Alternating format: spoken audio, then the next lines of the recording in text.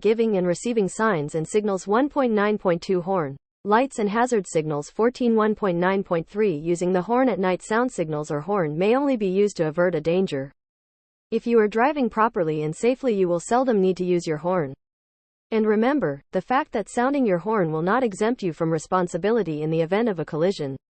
If you intend to pass a horse and a rider, hazard lights must only be used in the event of an emergency or accident. It is very dangerous and strictly forbidden to use the hazard lights in heavy rain as an excuse for high speed.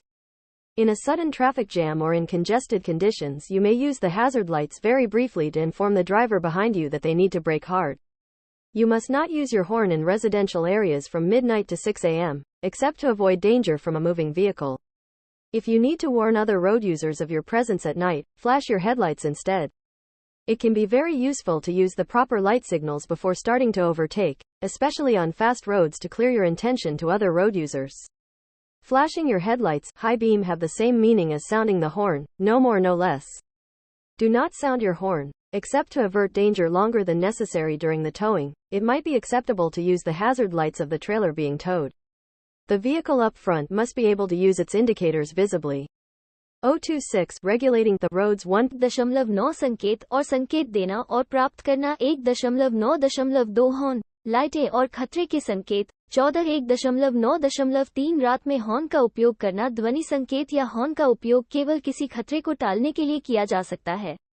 यदि आप ठीक से और सुरक्षित रूप से गाड़ी चला रहे हैं तो आपको शायद ही कभी हॉर्न का उपयोग करने की आवश्यकता होगी। और याद रखें, ये तथ्य कि टक्कर की स्थिति में हॉर्न बजाने से आप जिम्मेदारी से मुक्त नहीं हो जाएंगे।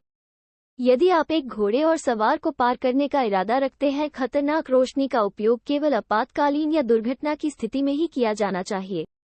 तेज गति के बहाने भारी बारिश में खतरनाक लाइटों का उपयोग करना बहुत खतरनाक और सख्त वर्जित है। अचानक ट्रैफिक जाम या भीड़भाड़ वाली स्थिति में आप अपने पीछे वाले ड्राइवर को सूचित करने के लिए खतरनाक लाइटों का उपयोग कर सकते हैं कि उन्हें जोर से ब्रेक लगाने की जरूरत है।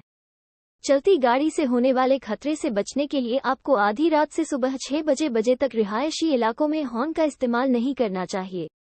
यदि आपको रात में अन्य सड़क उपयोगकर्ताओं को अपनी उपस्थिति के बारे में चेतावनी देने की आवश्यकता है, तो इसके बजाय अपनी हेडलाइट जलाएं।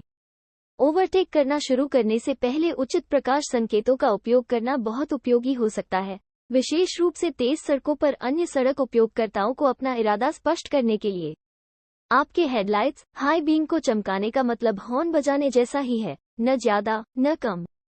अपना हॉर्न न बजाएं, सिवाय खतरे को टालने की आवश्यकता से अधिक लंबा खींचे जाने के दौरान। खींचे जा रहे ट्रेलर की खतरनाक लाइटों का उपयोग करना स्वीकार्य हो सकता है। सामने वाला वाहन अपने संकेतकों का स्पष्ट रूप से उपयोग करने में सक्षम होना चाहिए। 026 सड़कों का विनियम 9 निशानियां और इशारे देना और वसूल करना 1.9 0.2 हारन, लाइट्स और खतरे के सिग्नल 14 0.9 0.3 रात को हारन का इस्तेमाल सौती सिग्नल या हारन सिर्फ खतरे से बचने के लिए इस्तेमाल किए जा सकते हैं। अगर आप सही और महफूज तरीके से गाड़ी चला रहे हैं तो आपको शाज़ व नादिर ही अपने हारन को इस्तेमाल करने की जरूरत होगी। और याद रखें, ये हकीकत कि आपका हारन बजाना आपको तसादुम की सूरत में जिम्मेदारी से मुस्तस्ना नहीं करेगा।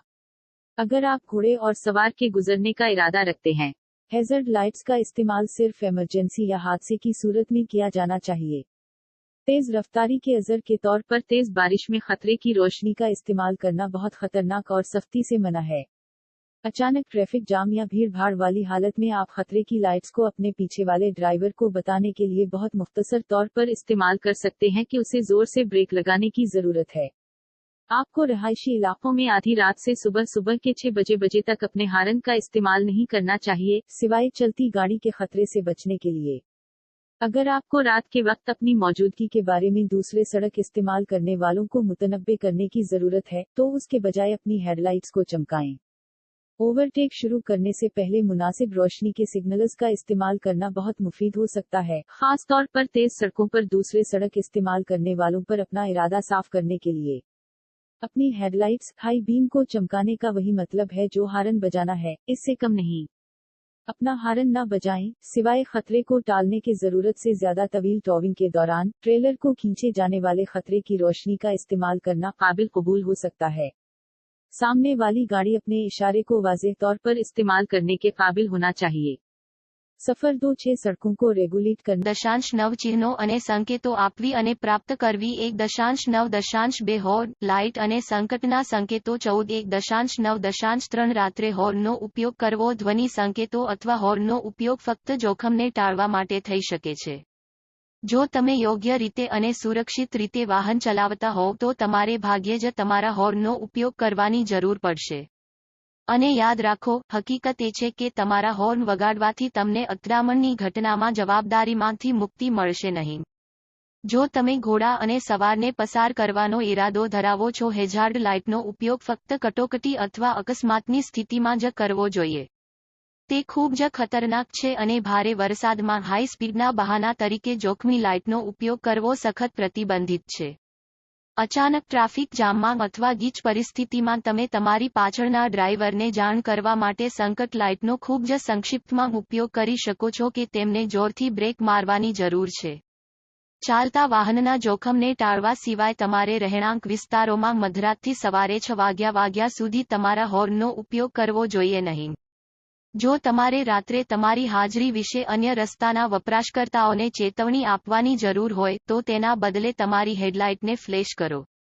ઓવરટેક કરવાનું શરૂ કરતા પહેલા યોગ્ય લાઇટ સિગ્નલોનો ઉપયોગ કરવો ખૂબ જ ઉપયોગી થઈ શકે છે, ખાસ કરીને ઝડપી રસ્તાઓ પર અન્ય રસ્તાના ઉપયોગકર્તાઓને તમારો ઈરાદો સાફ કરવા માટે. તમારી હેડલાઇટ ઉચ્ચ બીમને ચમકાવવાનો અર્થ હોર્ન વગાડવા જેટલો જ છે, તેનાથી ઓછો નહીં. તમારા હોર્ન વગાડો નહીં. જોખમ ટાળવા સિવાય જરૂરી કરતાં લાંબા સમય સુધી ટોઈંગ દરમિયાન ટ્રેઇલરની જોખમી લાઇટનો ઉપયોગ કરવાનું સ્વીકાર્ય હોઈ શકે છે. આગળનું વાહન તેના સૂચકાંકોનો દેખીતી રીતે ઉપયોગ કરવામાં સક્ષમ હોવું જોઈએ. 0-2 રણીઓ માટે વિવિધ પ્રકારના પ્રકાશ સંકેતો છે. અહીં કેટલાક વધુ સામાન્ય છે. 14 જેમ તમે બ્રેકને સ્પર્શ કરો છો કે તરત જ સ્ટોપ લાઇટ આપોઆપ ચાલુ થઈ જાય છે. જેમ તમે એક આંતરછેદની નજીક જાઓ છો, ત્યારે તમારા ઈરાદા અન્ય રસ્તાના વપરાશકર્તાઓને સારા સમયમાં અને પર્યાપ્ત અંતર સાથે સ્પષ્ટ કરવા માટે બ્રેક લાઇટનો ઉપયોગ કરવો એ સિગ્નલિંગની સારી પદ્ધતિ છે. ટ્રાફિક લાઇટ સામાન્ય રીતે તમામ વાહનોને લાગુ પડે છે. સલામતી વધારવા અને ટ્રાફિકના સરળ પ્રવાહને સુનિશ્ચિત કરવા માટે ક્રોસરોડ્સ અને જંકશન પર ટ્રાફિક લાઇટો ગોઠવવામાં આવી છે. તેમ છતાં, હજી પણ ઘણા અકસ્માતો પ્રકાશ નિયંત્રિત ક્રોસિંગ પર થાય છે. જો તમારી પાસે લીલી લાઇટ હોય તો પણ સાવધાની સાથે આગળ વધો. રસ્તો આપવાની જવાબદારી દર્શાવતો લાઇટ સિગ્નલ અથવા ટ્રાફિક સાઇન લગભગ હંમેશા તમને લાગુ પડશે જો તે ક્રોસિંગ પહેલા કેરેજવેની જમણી બાજુએ મૂકવામાં આવે. જો કે, જો તમે ડાબી તરફ વળવાના હોય તેવા વાહનો માટે આરક્ષિત લેનમાં હો, તો તેના લીલા એરો ફિલ્ટર સિગ્નલ સાથેની ટ્રાફિક લાઇટ ઘણીવાર કેરેજવેની ડાબી બાજુએ મૂકવામાં આવશે. બ્રેક પેડલને ટચ કરીને અને તમારી સ્ટોપ લાઇટને ફ્લેશ કરીને જ્યારે તમે અચાનક ટ્રાફિક જામ, ભીડમાં પ્રવેશી ગયા હો ત્યારે તમને ખૂબ નજીકથી અનુસરતા અન્ય માર્ગ વપરાશકર્તાઓને ચેતવણી આપવી જરૂરી બની શકે છે.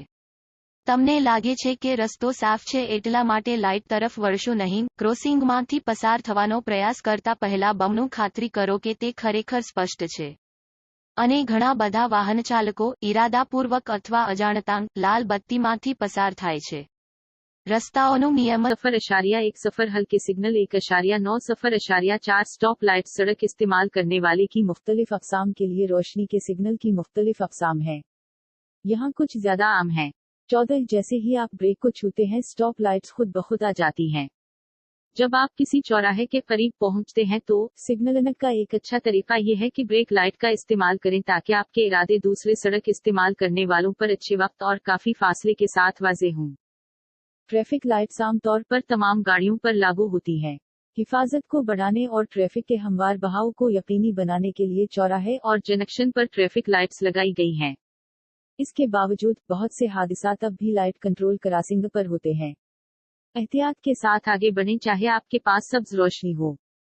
रास्ता देने की जिम्मेदारी की निशानदही करने वाला हल्का सिग्नल या ट्रैफिक का निशान तकरीबन हमेशा आप पर लागू होता है अगर इसे क्रॉसिंग से जरा पहले कैरिजवे के दाईं जानिब रखा जाए. ताहम, अगर आप गाड़ियों के लिए मखसूस लेन में हैं जो बाईं मड़ने वाली हैं, तो ट्रैफिक लाइट जिसके सब्ज तीर वाले फिल्टर सिग्नल हैं अक्सर कैरिजवे के बाईं जानिब रखे जाएंगे. ब्रेक पैडल को छूकर और अपनी स्टॉप लाइट चमकाकर आपको बहुत करीब से या जब आप अचानक ट्रैफिक जाम हुजूम में दाखिल हो जाएं तो सड़क के दूसरे सारिफीन को खबरदार करना जरूरी हो सकता है। रोशनी की तरफ सिर्फ इसलिए मत मुड़ें कि आपको लगता है कि सड़क साफ है। क्रॉसिंग से गुजरने की कोशिश करने से पहले दोगुना यकीनी बनाएं कि ये वाकई वाज़ेह है।